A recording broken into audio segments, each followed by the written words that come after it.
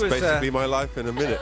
He was so young, you guys. I can't believe we lost another one. He was a great artist and a good man. He's here. Had Chris Martin a lot on the Kevin and Bean show. He's actually here now. I'm really going to miss... What? Yeah, he's here now. Oh, I thought that was the retrospective we were doing. Oh, hey, Chris Martin. How are you, sir? Well, I'm alive, and so I'm happy. You are alive. Now, you took your headphones off for most of that intro. That was sort of odd. Do you not No, not at all. It's so trippy to have your entire career summed up in less than 25 seconds. Summed up. It was just a little taste. It was all our best bits. So it's good to know that after all this time, we've made at least 25 seconds of passable music. It was, as your people say, a primer for your appearance on the program. You say primer? I thought we said primer. Well, I thought we said primer and you say primer. I was trying to speak your language, Chris. Well, how does the song go? You say whatever. Right, exactly. Well, welcome in. How are you, guys. Thank you, everybody. It's lovely to see you all. Always happy to hear some of you. Is it great being Chris Martin? Do you love being Chris Martin? That's a lovely question. The truth is I'm so grateful to be alive and I'm raring to go. And, yeah. The reason I ask that is because obviously there are many blessings in your life. Yeah. But there's also when you're Chris Martin and you're in a band like Coldplay that is one of the most popular bands in the world, you're running an industry. And I imagine that you have a lot of people who have a lot of questions for you all the time. It's hard to get away. You have a million decisions to make. It seems like there's be a tremendous amount of work involved in being Chris Martin. Thank you. What an empathetic and lovely question. question. Bean can make anything sound terrible. No, I'm just saying. Who'd want to do it? Oh, my sounds awful. But I mean, isn't there a lot of work involved in being you too? And being you too, yeah. Yeah. Well, that's real work. I think it meant you also.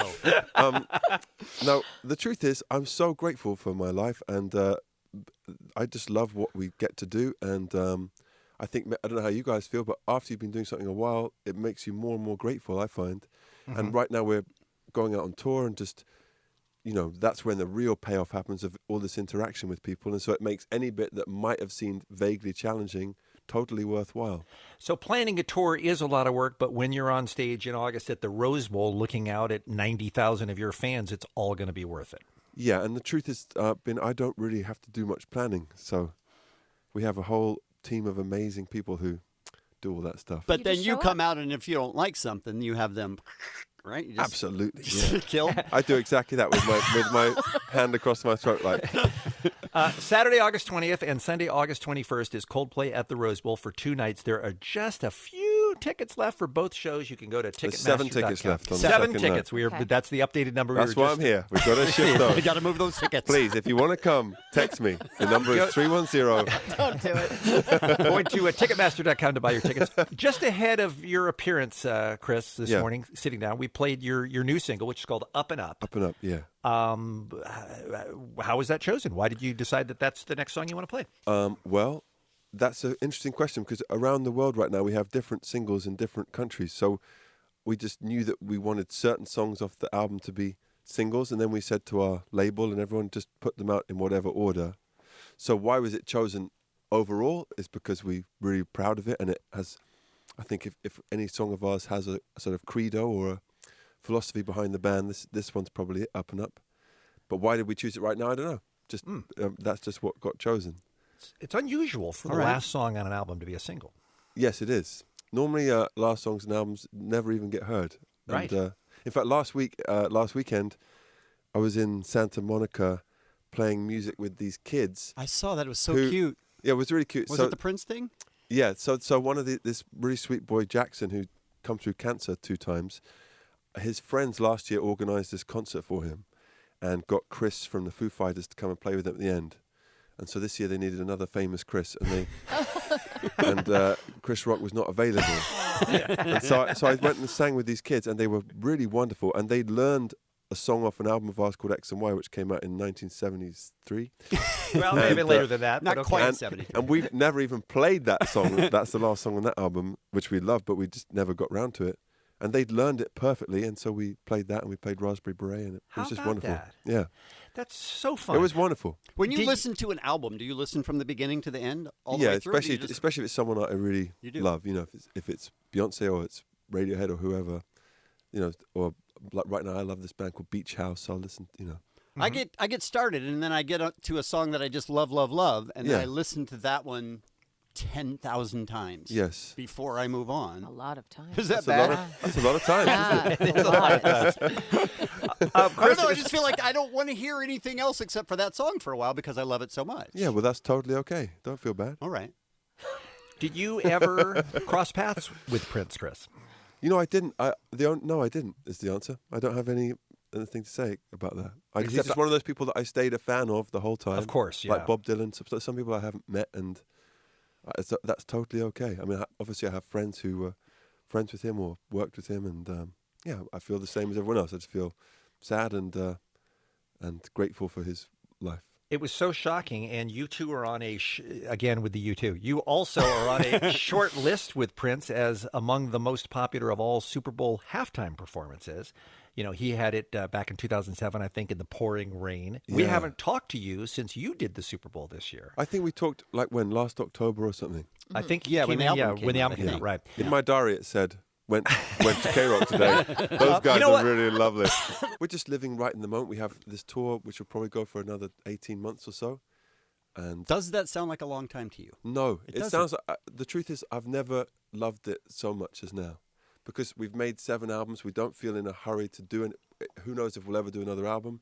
We just Don't trying to, say that, Chris. Well, it's don't okay. be, It's okay don't to be say that guy. because life, who knows what's going to happen. So we're having so much fun at the moment with just playing and being together, and we have a set list that we really feel good about. If you like Coldplay, it's great. You know what I mean? You seem truly grateful, Yeah, and that's- you're that's- so at peace. Is this a newer thing for you, or I is think it? it's more recent. Yeah, Yeah. it's taken a lot of time and work to get that way.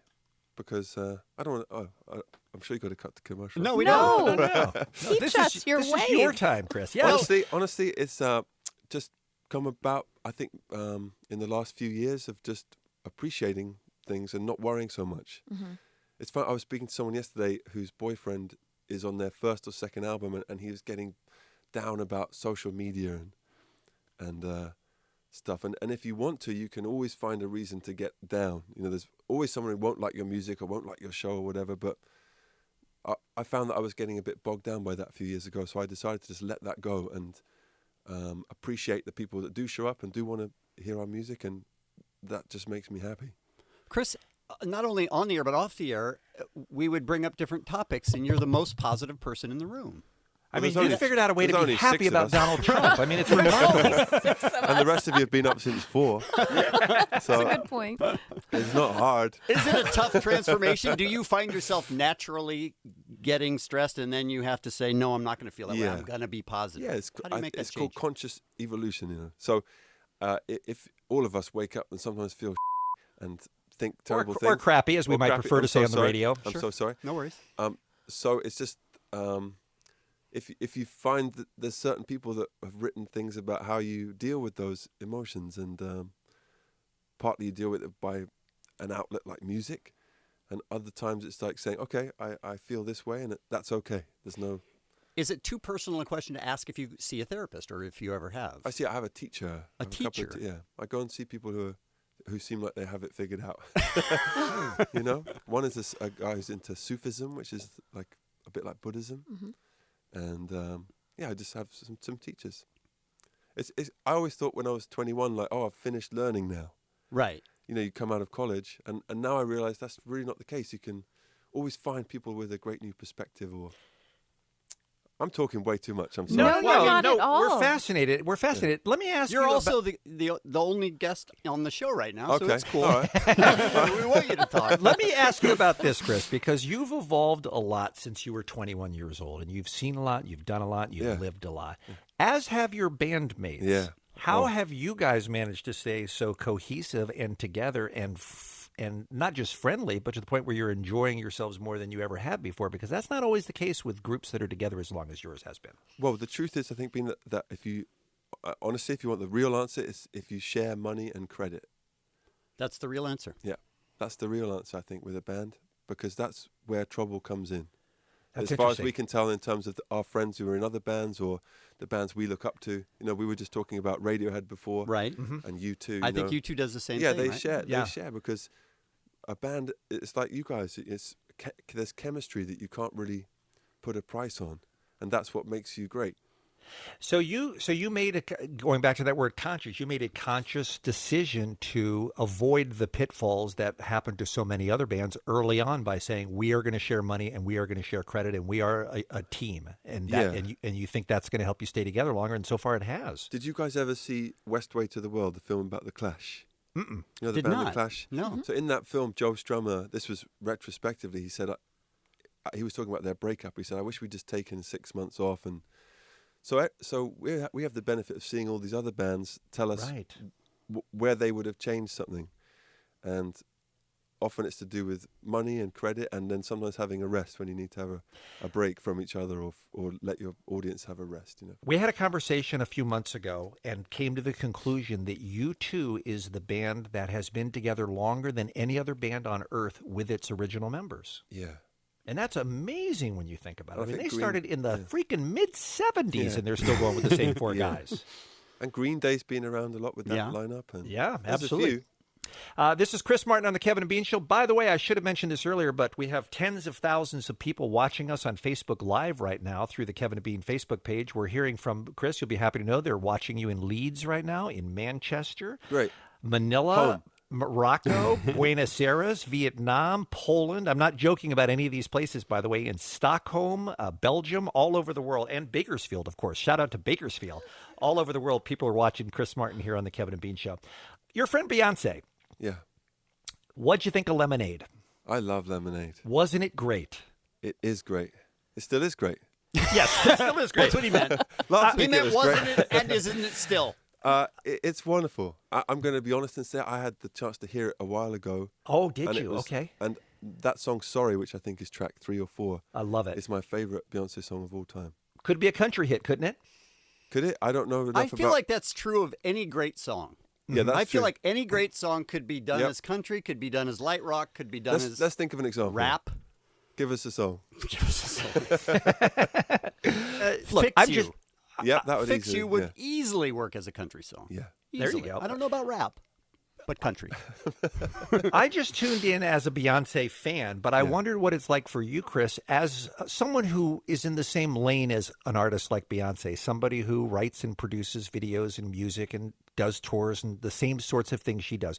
Well, Do we're you not in the just- same lane. She's in the slightly different lane. Right, but you have the same- I don't want to pretend that we're trying to compete with Beyonce. We don't want to compete with anybody. No, but you have She's a in the fast lane. It's not a competition for a start. No, but you have a similar job to her. Like I'm not ever going to compete with Beyonce, but you do the same sorts of things that Beyonce does for a living. And I'm just wondering if you are still in awe of what she does as a fan, in addition to just as a musician. Well, going back to the Super Bowl, there was a reason why we asked her, because I was like, well, what can't we do? And let's ask the best person in the world to come and do that.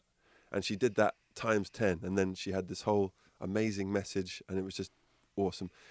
And I don't see music as a competition, first of all. But she's so clearly just on the next level in terms of being a performer and entertainer. And, I'd always watch her in awe, and it's inspiring. And Are you ever jealous where you go, it just seems like it's so much easier for her than it is for most people? no, because it isn't. She works so hard. She's got a God-given talent like you wouldn't believe, but she works like you wouldn't believe either. I want to be friends with Beyonce too, Chris. How Okay, can I well, do it? I'll ask her what time This she's was free. all leading up to him asking Where you do- to where- introduce Where do you want to him. meet? How Starbucks? how could we make that happen? 3:35. She says. So quick. Yeah, that's all how right. it works in our world. Oh, yeah. In the fast lane, realize that's how that. it In the works. fast yeah. lane, That's pretty we cool. we just make play dates. That's the way to do it. What else do you want to say, Chris, about the Head Full of Dreams tour? You said that you love the set. You guys are having fun doing it. What can folks expect when I'll they come tell to the you, Rose Bowl? if you like Coldplay, then Then it's a good show? if you like Coldplay, it's a great show. Okay. That's a hot take. Really going out on a limb. No, because what's the point of if you much prefer someone else, then don't worry about it. We don't mind. Okay. It's okay. I will say this, though. I will say that if you just like Coldplay, but then you see Coldplay live, It's a whole you other will level. love Coldplay. Oh, it might Yeah. take And you you. can't say that about every band. It might take you from like a 4 to a 7. No, well, maybe. I'm saying you're There's so that much. positivity we advertised. You're so much better live, and very few bands. Most bands are trying to sound as good as they did in the studio, But no, you're we're trying so to much sound, better yeah, live. Yeah. Oh, thank you very much. It's meant to be a compliment. I'm not sure it came out that way, but It came out as a semi-compliment, and I'll take it. It was supposed to be full on. Well, thank you. The great thing that really changed our show in the last few years is that this. Have I got time to tell this story? Sure. Yes. This guy that used to make sex toys. I'm sorry, we're out of time, Chris. Oh, Okay. we have Wait, all the hold time in the world. Go on, Chris. Hold on. I'm listening. This guy who used to make sex toys vibrate. He was watching us play Glastonbury 10 years ago, and he had a vision that he thought it'd be cool if everyone in the audience had an LED thing on their wrist. And he's an inventor of small toys. Right. So he designed this thing, and he got in touch with Phil, our sort of creative boss and my best friend. Well, we're all best friends, but you know what I mean. And he's crazy, this guy. He's like an inventor from the countryside in England. But Phil, being a very smart guy, said, okay, come and meet us. And to cut a long story short, now we have these wristbands that light up in our show. And now they're about to do more stuff. And it kind of What brings kind of thing? the whole audience together. What kind of Do things they- will they do do? Well, now vibrate? they make a little noise, and Do they vibrate? it depends where you but I don't know. How else to Sorry, what? I'm pretty sure you don't want to say but that. that's been a real revelation for us because we're always trying to make the audience part of the concert too. And this I feel really like that would be does more difficult the bigger you go. Yeah, it's difficult and it's expensive, but Yeah. it's worth it. So that's what we spend most of our money on. Are you doing any cover songs at all on this tour? Yes, we're doing. Recently, we've been playing Heroes, Okay. Ooh. David Bowie, Nice. and F the Police. You doing that one? we should be doing After Police. I mean, Would that be Same. hilarious? that would be the best. Hey, One Duran time- Duran one did time White we- Lines. I mean, weirder things have happened. One time we did Fight for Your Right. Did you really? Yeah. Yes, you did that at the Hollywood Bowl show. We played that a bunch Good on knowledge. KROQ. Wow, that's good Yeah. knowledge. That's Oh, good. that was great. That's impressive. It's very fun. We'll try anything. All right. I like it. Now we really are out of time, Chris. Okay, that's fine. We couldn't- I got to go too, so it's, Yeah, so you're busy, it's right? both of us. You don't even want to stay any I longer. can't even. Truth be I told. couldn't have stayed anyway. Chris, you mentioned when you sat down, it might have been off the air, that we have been talking to you since the beginnings, Yeah. right when the first record came out. Oh, yeah. And I want you to know sincerely, we're always genuinely excited when we see that you've got time to squeeze in. We love catching up with you, and Yeah, we're me so too. happy for you and your success, and we love your band, and just keep doing what you're doing, Chris. KROQ changed my life, man. I'm Thank grateful. you, man. Great to see you. See you later. Thank you, Chris.